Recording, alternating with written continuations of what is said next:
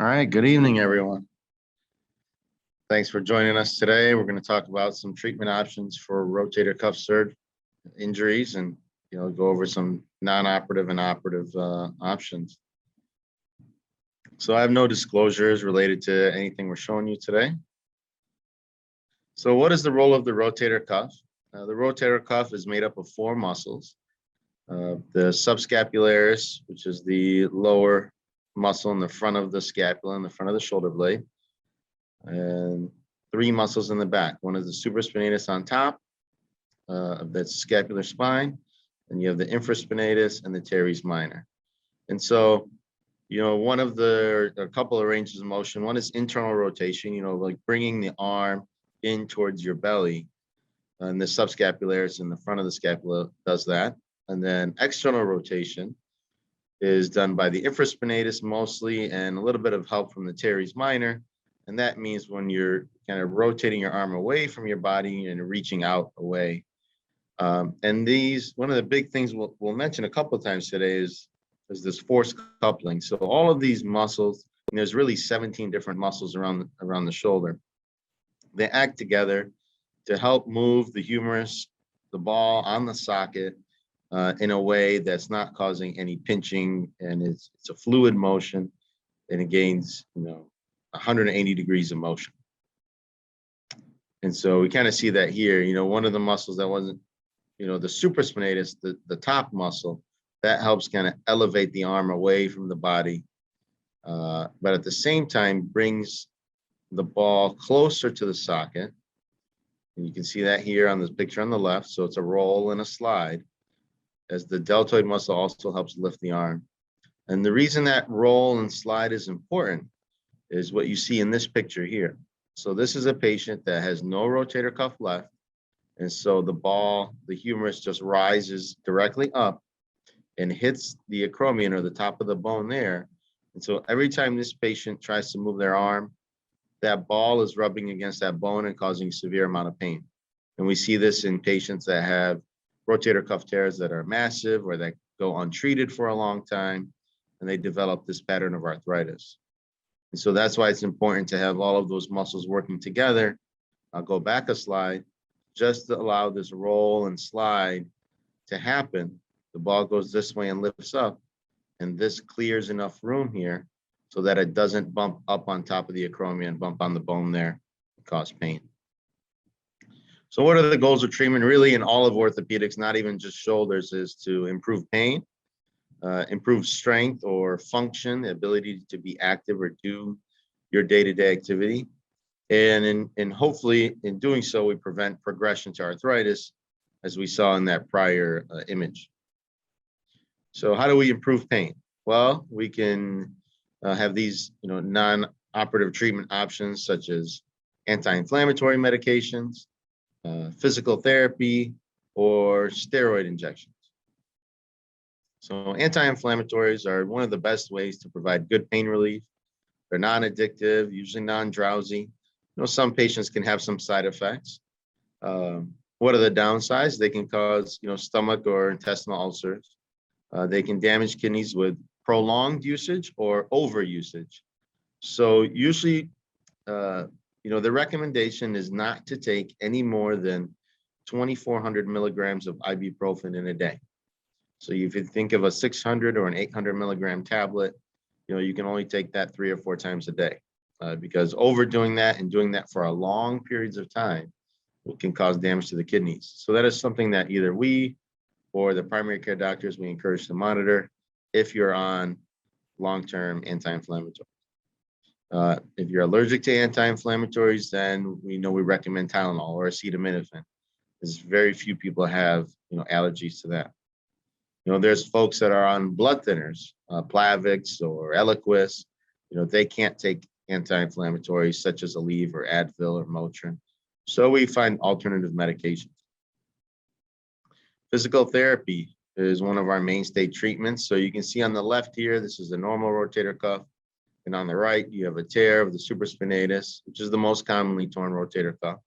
That's the one that helps lift the arm. And the physical therapy, is going to help strengthen the surrounding muscles to make up for the weakness that is taking place with the tear of the supraspinatus. And so these are some various exercises you may have seen. The key to any of these rotator cuff exercises, and we always encourage you to meet with the therapist first to make sure you're doing it correctly, is to keep the arm at the side. As long as the arm is tucked into the body and you're doing the rotations and other movements that way, and some with resistance bands, then you won't get into any trouble. Once the arm starts drifting, away from the body out here, then, that's what leads to more trouble in the shoulder. So a couple of questions. If the symptoms go away, does that mean the treatment is a success? Well, the therapy is not necessarily designed to heal the tear, although over time there are some small tears that the body can heal. Bigger tears, the body really cannot heal those. But again, the goal of the therapy is to strengthen the other muscles around the shoulder to allow for that force coupling, allow for that better motion, decrease some of the impingement and the pain. And for many people, this is long lasting and they never need to have any type of surgery or even a shot or any other medication. It's important also to, keep up on the therapy, keep up on those exercises, even when the formal treatment is done, to keep the shoulder strong. So this is, a study that was done that showed, well, what happens to these tears, if we leave them alone? And they saw that in 50% of tears, 50% of shoulders, there was some tear enlargement. The bigger the tear started off, the more it enlarged over time. And what can happen with progressive tear enlargement is that the muscle that's not being used, so if you don't use it, you lose it type of thing, becomes atrophied. And once it becomes atrophied, the ability to repair it or even have a successful outcome after repair is decreased because the muscle is just not there and it doesn't come back. And so this is an MRI imaging and it's showing some of that. So normal muscle, as you see here on the left, I'm trying to highlight with my pointer, is gray looking. And here's the bone. All right, but as you get a bigger tear that is left untreated, you see how the gray area is less and the white area is bigger. And there's this grading scale for this. That's the fatty atrophy. The white is the fat, and this is, severe atrophy on the right and normal muscle all the way on the left. So we don't want to leave big tears untreated, without surgery for this reason, because once it gets to this point, it won't come back. And people will have kind of permanent weakness from this. So steroid injections, what's the goal of this? It's basically a very strong anti-inflammatory, and it gets put directly into the source of the problem. So, when you take pills, it obviously has to work through your system, and then it ultimately, help the anti-inflammatory part of the shoulder or the knee. But with the steroid shot, we're putting that directly in the space where the inflammation is. And it's very powerful. So, this is kind of going to show you the two areas. One is what's called the subacromial space. There's usually an inflamed bursa that's in this region. And every time you lift the arm, you pinch that inflamed bursa and it causes pain. The other area is into the joint itself. And that's more for shoulder arthritis, where we'll target a joint injection as opposed to the space on top. One thing I want to point out about this picture too is you see this white area here, how it goes down the arm. Now, a lot of people will come in and they'll complain of pain along the side of their arm down here. And that's because this whole space communicates and a lot of it just radiates down the side, even though the problem might be higher up top. So again, the steroid injection helps to calm the inflammation down, let people get back to work, gives them especially relief with sleep. It also helps people do the therapy easier because they're not in so much pain. Although it's not working to heal the tear, it's there mostly for the pain and the inflammation. So this is one of the studies that showed, you don't want to do too many of these injections because the results after repair were not as good in people that had more injections. What's another option? A PRP injection. This is kind of a newer treatment. This is along, the regenerative medicine or the kind of the stem cells, although we have to be careful saying stem cells because there's no real cells in there, but it's kind of along that line. And what it is we take some of your own blood and we spin it down in a centrifuge and it isolates this plasma layer. And inside that plasma layer are platelets. When they get injected under an ultrasound into that rotator cuff site that's torn, they help stimulate growth factors and enzymes that then recruit the cells you need to heal that area. Now, it's never been proven that it heals it, but it certainly helps with a lot of the pain, and it helps to stop or delay the breakdown of any, further damage of the tendon or the cartilage wherever it's placed. So a lot yet to learn about this, but it does show some positive data, and we're hoping to get more data so that we can get insurance to cover it, because that's one of the drawbacks of this is that insurance doesn't cover the cost. It is your own tissue, so it's not harmful. We're just putting it back in. We're basically giving the body a boost of these healing factors and cells to the area where it needs to be. All of our bodies have the potential to heal. They just sometimes need a boost. And so, we do this in kind of smaller tears or patients that may not be able to have surgery for some medical reason or can't afford time off work. And this is one of our treatment options. All right, so if all that fails or if there's a really large tear, then, we do surgery. And one of those treatment options is what's called an arthroscopic rotator cuff repair. So that means that we're doing it through minimally invasive incisions using a camera and small tools to help us do the surgery. It's an outpatient procedure. And this is what's dramatically improved over the last 15 years with the type of tools that we have and the implants that we use to repair it. And before, they used to make big cuts through the muscle, through the deltoid. And that's what was so painful for people. That was what took so long to recover from shoulder surgery. But now with these new techniques, the pain levels are a lot less and the recovery is a lot easier. It still takes time for the tendon to heal, and that's just a biology thing. But the recovery at least has gotten better and easier. So you see here at the bottom, it's still a 3 to 6 to maybe 12-month process, depending on the size of the tear and what the person does for a living and what activity they want to get back to for, what we would consider, full recovery. So, this chart is a study out of the local here, University of Michigan.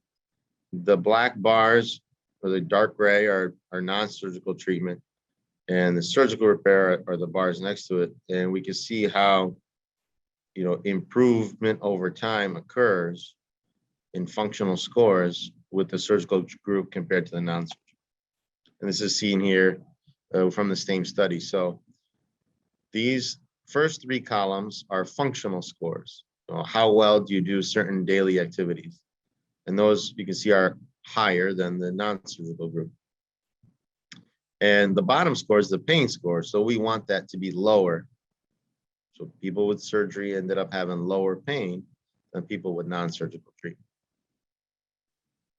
So we're gonna go over a case here and kind of an example of a typical patient that we see. It's a 55-year-old, 1-year history of pain. Sometimes these are related to an injury and sometimes they're not. Usually pain with overhead activity, waking her up from sleep. And in this case, she denied having an injury.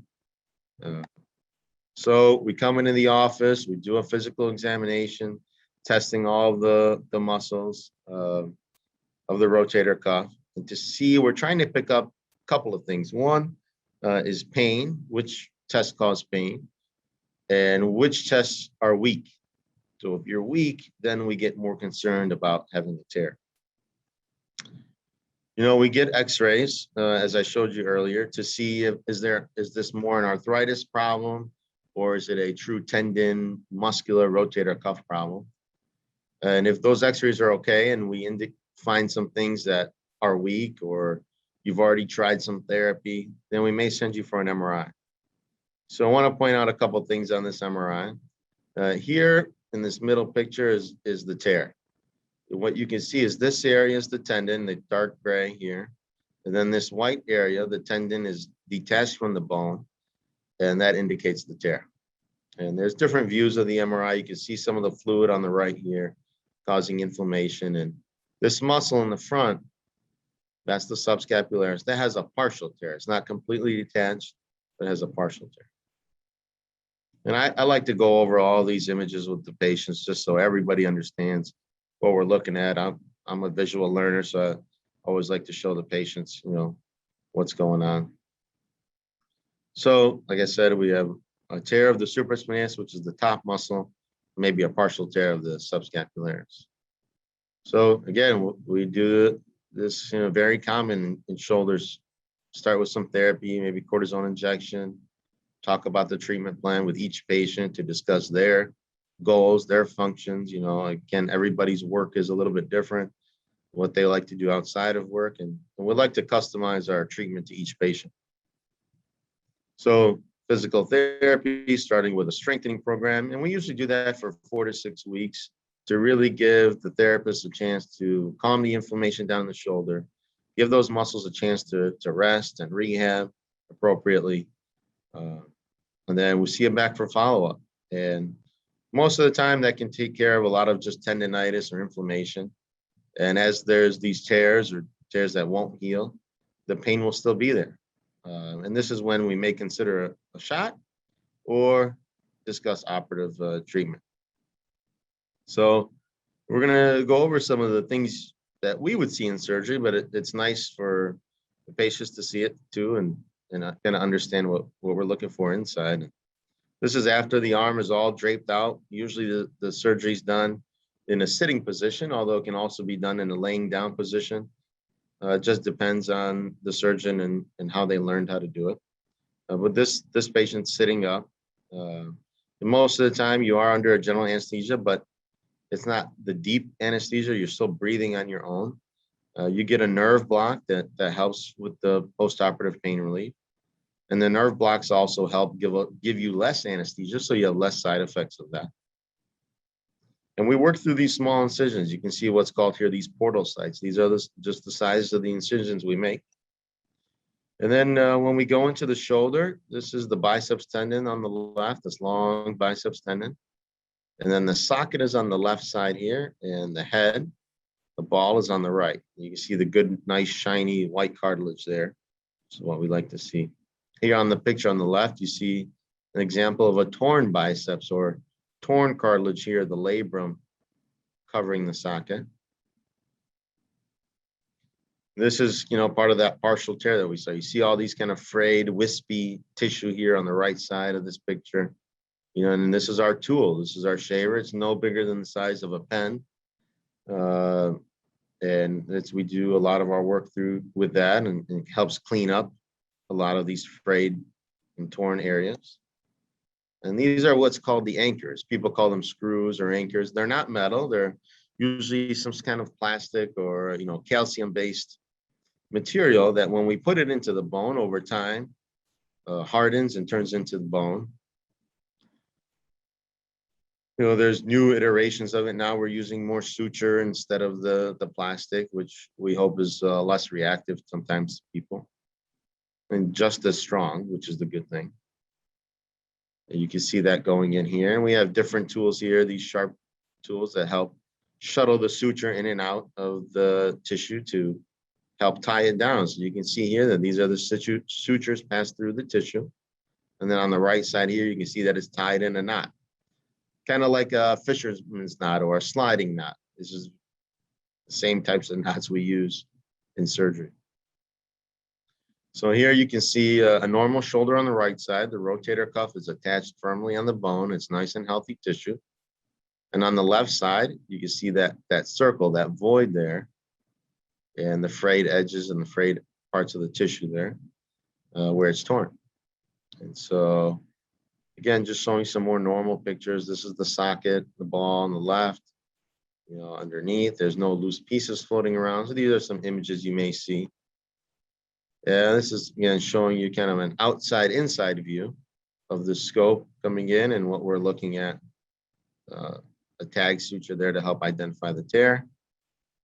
And this is the tear that you can see now. Before we were looking at it from underneath, and now we're looking at it from over the top, looking down on it. You can see this is after we've cleaned it up. You see the hole right there where the shaver is. You can see that there. So what we do is we roughen up the bone here. We scrape it to make it bleed. You can see some of the red there on the right. And we need that bleeding to rely on the tendon to heal down to the bone. Okay, so the body has to use that blood, bring in the cells, and then match up those fibers to become one. And that's what takes so much time. It takes 3 to 6 months for that healing to happen, for the strength and the recovery to happen from the tendon. And the reason that bleeding bed is important is, especially in patients that are diabetic, they have a slower, kind of less healing potential, especially if the blood sugars are not controlled. Or in people that smoke or use tobacco, nicotine kind of closes down those blood vessels and doesn't let the growth factors and nutrients, the cells, get to where they need to be. So, we have to manage some of that in that patient population. But in most people, that bleeding, that connection, that healing happens over that 3 to 6 month period. So here's the anchor going in. And then we use these other devices on the left, the suture passer, to thread the tissues through it. You can see them going underneath and over the top. And then we tie those down, which you can see here. Now that hole is closed down. That tissue has been restored back to the humerus, to the footprint. And recently, newer techniques have evolved where we can kind of double up the repair with these other anchors to help further compress it and reinforce it. And you see that here. So the sutures are being brought over. And now there's the repair on the left. This is kind of a view from underneath. Now that tissue, you don't see that hole anymore. So kind of post-operatively, the first 6 weeks is when, we use the sling. We'll usually see you back in a week or two later, take a look at all the incisions. The narcotics are usually used for the first couple of days, although there's patients that may not use any. We really encourage a lot of ice packs and cold therapy machines that go on top of the shoulder that help dramatically decrease the pain, decrease the inflammation. Usually the sutures that I use are all buried inside. You never have to come back for any suture removal. But we do like to start therapy after 2 weeks for smaller tears and 4 weeks for bigger tears. And that's when the therapist will start to move your arm so you don't get too stiff. We still don't allow the patient to lift anything because that can compromise the repair. But we do the therapy a couple of days a week, and we encourage the patient to do some exercises at home. And by 12 weeks or 3 months, we know that there's been some good healing of the tissue, and we'll progress the therapy and start the strengthening at that time. So for the next 3 months, we continue to build the strength. By about 6 months, most people, most tears are ready to get back to work and get back to more activity. Bigger tears may take longer, and so we're more cautious. And we slow the process down and make sure that everything's healed before we return to full activity.